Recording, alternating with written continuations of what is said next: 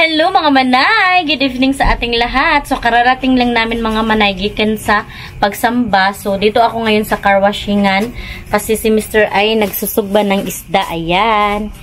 So ayan mga manay. Anong isda to? Charis ha? Tagalog. So na isda crabs.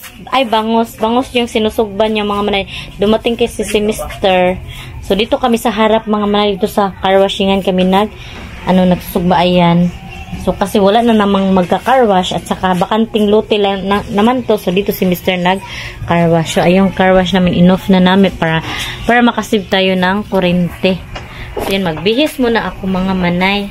Kasi, bukas mga manay, nandito din yung kapatid ko mga manay na yung nurse na, yung utol ko. Kasi, di ba sabi ko sa previous vlog ko na maglilibre siya sa amin na pupunta kami ng dagat. Hindi na kami sa Siargao mga manay kasi malayo at saka walang biyahe. Ayun si Pilis, manghiram siya sa ng cellphone natin. Cellphone ko. Abi, ayaw, be. Anak, be, oh. Ay, sa ba? Ayaw pagpakuan ba? Ako ra. Pilis, ayan si Pilis mga manay. Nanghiram siya ng cellphone sa akin.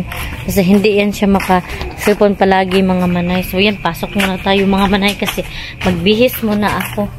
So yan yung nilabhan ko kanina mga manay. Hindi ko pa nasampay kasi napagod na ako mga manay. Ayoko ma-stress. I don't want to put myself into pressure mga manay. Char, ka-English tayo. Hindi naman ako masyadong magaling mag-English, pero parang gano'n na nga. So yan, magbihis muna ako mga manay kasi mag-asikaso muna ako dito sa bahay. So natapos na kami kumain ng dinner mga manay. Nanghugas na ako ng pinggan. Nainis talaga ako dito mga manay dito. Oh, kasi palaging nadudumihan kasi nahulog dito mga manay kasi sira na to siya mga manay. So sira na talaga tong bahay namin. O yung dami ng sira as in. So kailangan na siyang baguhin na bahay. Ayan o yung kisami namin. O diba nasira na siya mga manay. Napakalapit lang kasi nito yung ceiling namin. Kasi maghugas muna ako ng pinggan.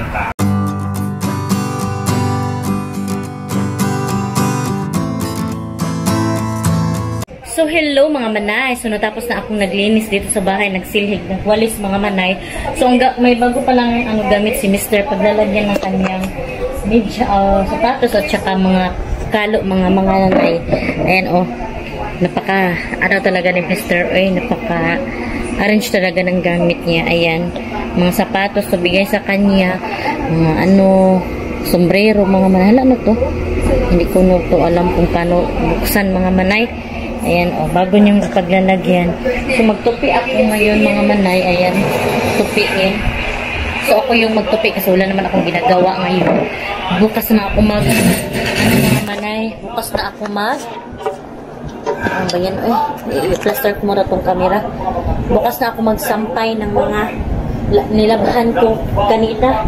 Kasi sobrang dami. So, ngayon, magtutupi ako at magchichikahan din tayo mga manay. Alam niyo mga manay, hindi ako pala nakapunta doon sa bibing ni Arlene mga manay kasi pinagawalan ako ni Mr. Kasi sabi niya, walang maiwan dito at yung mga anak ko mga manay ay maiwan ba, so walang mag-asikaso sa kanila. Tsaka pinagawalan niya ako kasi sobrang layo din doon. Kaya hindi ako pwede kapunta doon. Kaya yun ang rason. Kasi may nagtanong din sa akin bakit daw hindi ako nakapunta doon sa libing ni Arlene. So, grabe talaga si Mr. So yun mga manay ang rason. So, andito na sila Mr. kasi nag-ano sila ng kanang mga sasakyan ba, rent. Mag-rent lang kasi kami mga manay. Kaya, mag-rent kami ng sasakyan kasi yung sasakyan ng kapatid ko nasira ba. Ay, ngayon, mag-rent na lang kami kasi nga yung sabi ko kanina na magpunta kami sa dagat. Nag-ano kasi siya nag-invite. So, libre naman ang kapatid ko. So, why not? Sama tayo, di ba mga manay? Susama talaga tayo. Uy, sangkapan yan. Libre, di ba? Nga, kasi na okay na. Dito na pala si Mr. mga manay. So, okay na. Ano sa may ingon? So, okay na daw yung sasakyan mga manay. Aming pagsasakyan. Papuntang dagat. Ha? Espresso? Pareho lang daw sa unit hindi ng aking kapatid mga may yung nasira kasi yung sasakyan niya. Kaya, yun. So, hindi na magamit mga manay. Sayang.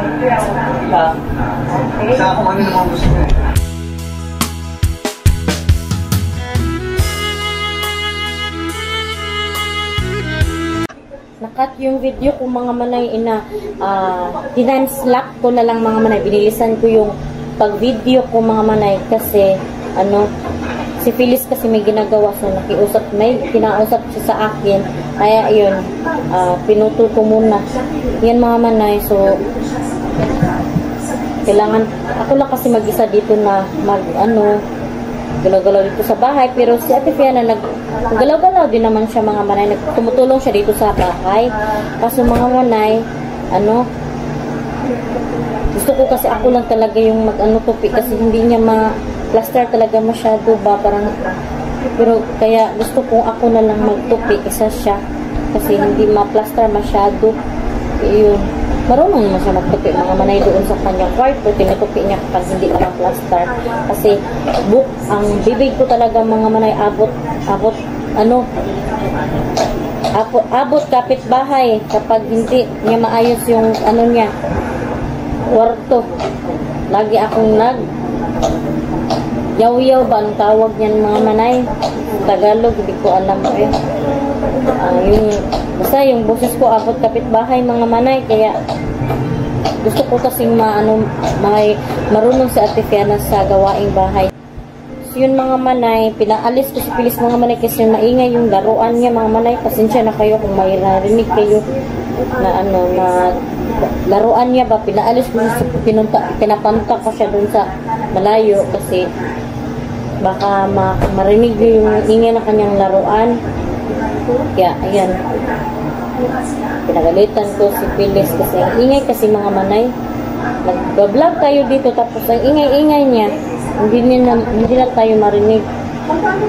So, yun mga manay. At pumunta na siya doon sa kwarto mga manay. Doon siya maglaro. So, ang ingay talaga. So, yun mga manay. Ganyan talaga pag ina ng mga manay. Gagawin mo lahat para may matuto yung mga anak natin.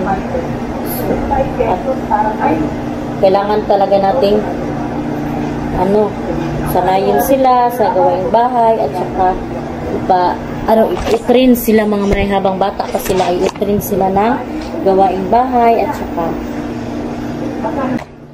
hindi naman ako perfectong ina mga manay na lahat ng bagay ay tama talaga yung ginagawa ko. Kasi tao lang naman tayo, may kamalian, ganyan talaga mga manay. Pero kahit paano mga manay ay tinuturuan natin sila ng magagandang asal. Kung ano yung nakakabuti ay ituturo natin sa kanila mga manay para may mga learn din sila habang sila ay bata pa. Kasi paano na lang nila kapag college na, ganun. So, college na, tapos walang nalalaman, hindi marunong maglaba, magluto. O, diba, kahit simpleng gawain lang yan, dapat marunong talaga sila, diba, mga manay. So, nag-vlog ako ngayon mga manay, ngayong gabi mga manay, para may ma-upload ako bukas, ganun. Tsaka, hindi ma-stop yung araw-araw na daily vlog ko mga manay, para may papasok na revenue kahit paano, kahit. So, salamat talaga mga manay sa inyong support. Napaka, grateful kasi andyan kayo nagsusupport. Sana ay huwag niyo akong iiwan mga manay hanggang sa, parati na lang tayo, hanggang sa dulo. Cheers! Basta yun mga manay. Salamat ako mga manay kasi may nag-review na sa aking vlog. Thank you so much sa inyo, sa mga bago sa aking channel. Thank you so much. At mga manay, pakisupport din ang aking Facebook page. Ito yung Facebook page ko mga manay. Please like mga manay sa aking Facebook page. Ito po. Gustong mag-PM o mag-chat sa akin, dyan na kayo mag-chat-chat.